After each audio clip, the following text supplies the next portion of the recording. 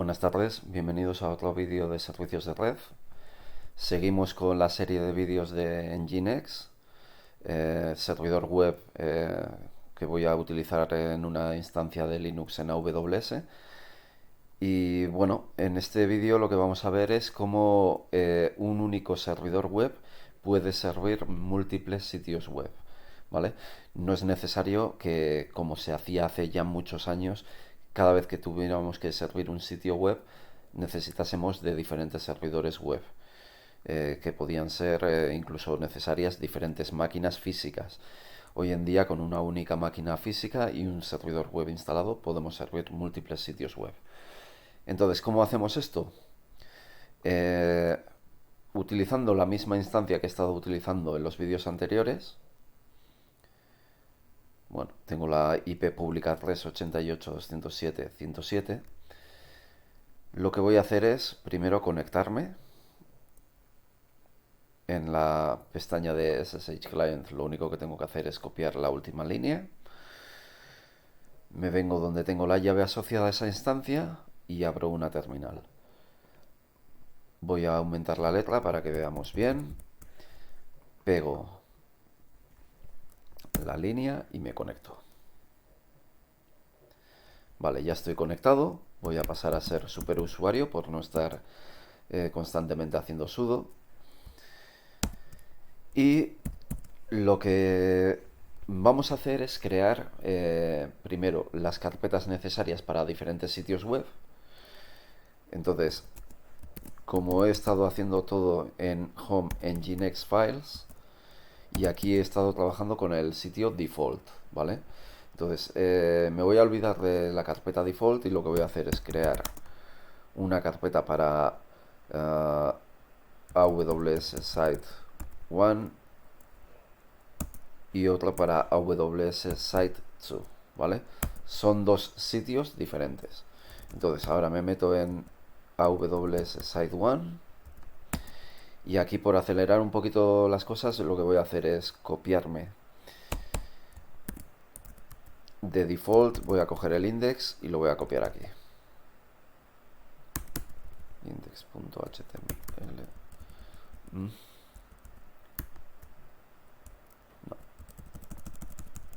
Debería ser index.html y lo copio aquí. Permission denied. Vamos a ver qué puede estar pasando. A ver, me voy a ir a default. Ahí está el index, ¿vale? Pues copio el index. Lo voy a copiar en AWS Site 1, ¿vale? Y me voy a hacer también una copia en AWS Site 2, ¿vale? Entonces, ahora sí, voy a editar los ficheros index. Y vamos a poner, por ejemplo, página AWS Site 1 y welcome to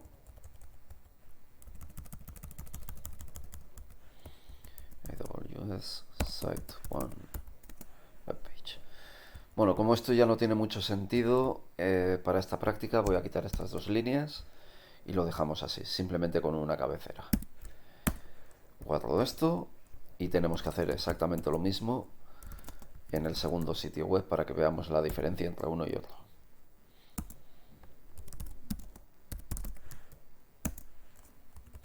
Entonces aquí edito AWS Site 2.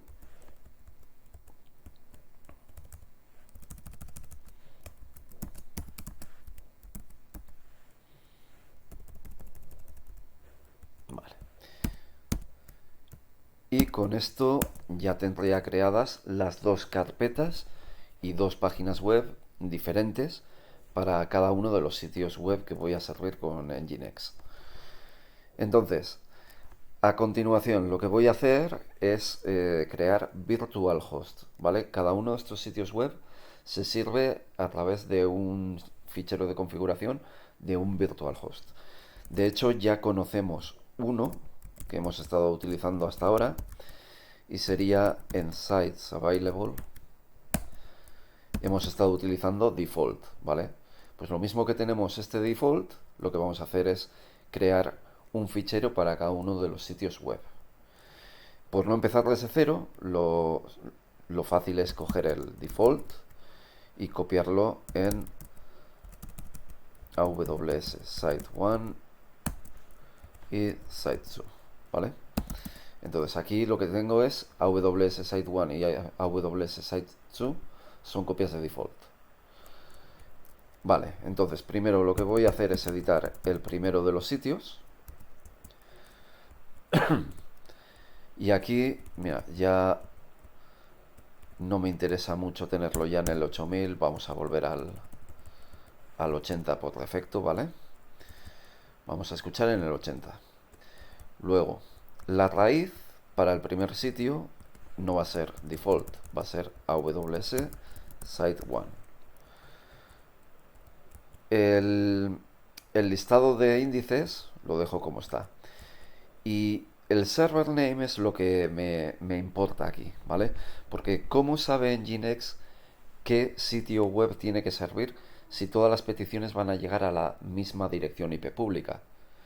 Pues cuando un cliente realiza una petición, acude a una dirección IP pública, pero envía una cabecera de cuál es el nombre del sitio web que está requiriendo.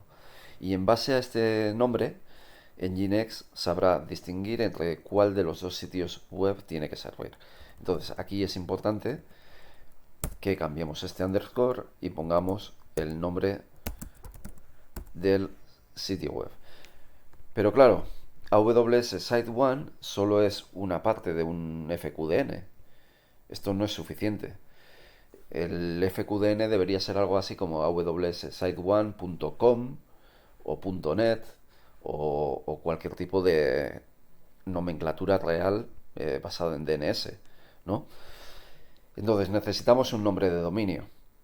Y como no tenemos comprado el dominio awsite1 y awsite2.com, no tengo comprados esos sitios, lo que voy a hacer es crearme desde NoIP, que es un servicio de DDNS o DNS dinámica, me voy a crear estos dos nombres FQDN de forma gratuita y este se va a llamar awsite1.ddns.net. Aquí lo que tengo que ponerle es la IP pública. Entonces lo que tengo que hacer es venirme aquí a la instancia, coger la IP pública y pegarla aquí. Voy a hacer exactamente lo mismo para AWS Site2, que va a apuntar también a la misma IP pública. Este servicio de NoIP es gratuito y te permite de manera gratuita crearte hasta 3 FQDNs, ¿vale?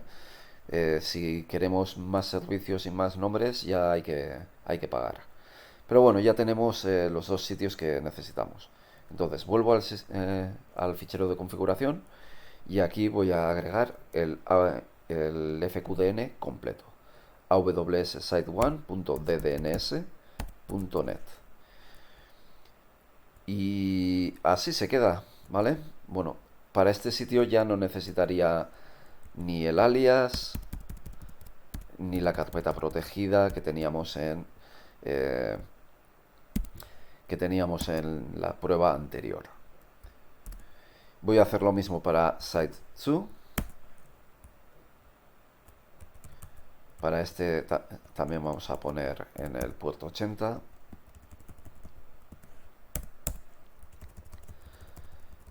Pero el route en esta ocasión pues va a ser, en vez de default, va a ser AWS Site2. Esa es la carpeta de la que servimos los ficheros. El índice de páginas web por defecto lo dejamos tal cual. Y el server name ponemos el nombre del segundo sitio que nos hemos creado en el NoIP. Aquí también voy a quitar el alias y la carpeta protegida de los vídeos anteriores, que ya no lo necesito.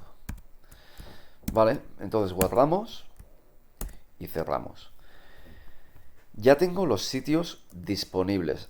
Os recuerdo que estoy en la carpeta Sites Available. Estos son sitios web disponibles, pero no habilitados. Entonces, ¿cómo habilitamos estos sitios web? Me tengo que ir a la carpeta Enabled, Sites Enabled, y aquí veo que tengo el default, ¿vale? Os recuerdo que el default es un enlace simbólico. Entonces, tenemos que crear enlaces simbólicos a AWS Site 1 y AWS Site 2. Primero voy a quitar el default porque ya no lo necesito. No quiero que esté habilitado. Entonces, lo borro y con esto únicamente estoy borrando el enlace. El fichero de default en Sites Available sigue existiendo. Si quisiera volver a habilitarlo, tengo que crear el enlace simbólico de nuevo. ¿Cómo creo un enlace simbólico para activar los sitios 1 y 2? Mediante ln-s, que viene a ser link, y el "-s es symbolic, enlace simbólico. Aquí lo que tendríamos que hacer es, si no recuerdo mal, poner el enlace, es decir, ir a Sites Available, AWS Site 1 y ponerle un nombre, ¿vale? Entonces, de esta manera, lo que estoy haciendo es crear un enlace simbólico de nombre AWS Site 1 que enlaza a la carpeta Sites Available y con el fichero AWS Site 1, ¿vale? Como veremos ahora, haciendo un ls-al, ya tenemos el enlace simbólico del sitio 1 y por tanto ya estaría habilitado. Voy a hacer exactamente lo mismo con Site 2 para tener los dos sitios. Y ya estarían los dos sitios habilitados a la vez. Para que el servidor tenga en cuenta todos los cambios realizados, tengo que realizar el reinicio del Nginx. Y vamos a tener un problema aquí, ¿vale? ¿Veis que nos da un error? Si hago una visualización del estado, podemos leer algo que diga a duplicate default server for exists, ¿vale? En realidad lo que nos está diciendo es que ambos sitios están marcados como servicio por defecto, ¿vale? Entonces, o en uno de ellos o en ambos tenemos que quitar la cláusula default server, ¿vale? Entonces, AWS Site 1, esta cláusula de aquí al lado del puerto, este default server, lo tenemos que quitar de uno o de ambos. Solo puede existir un default server, ¿vale? Lo suyo sería que fuera el sitio default, ¿vale? Pero entonces lo quitamos de ambos y ya está. Voy a hacer lo mismo con el sitio 2.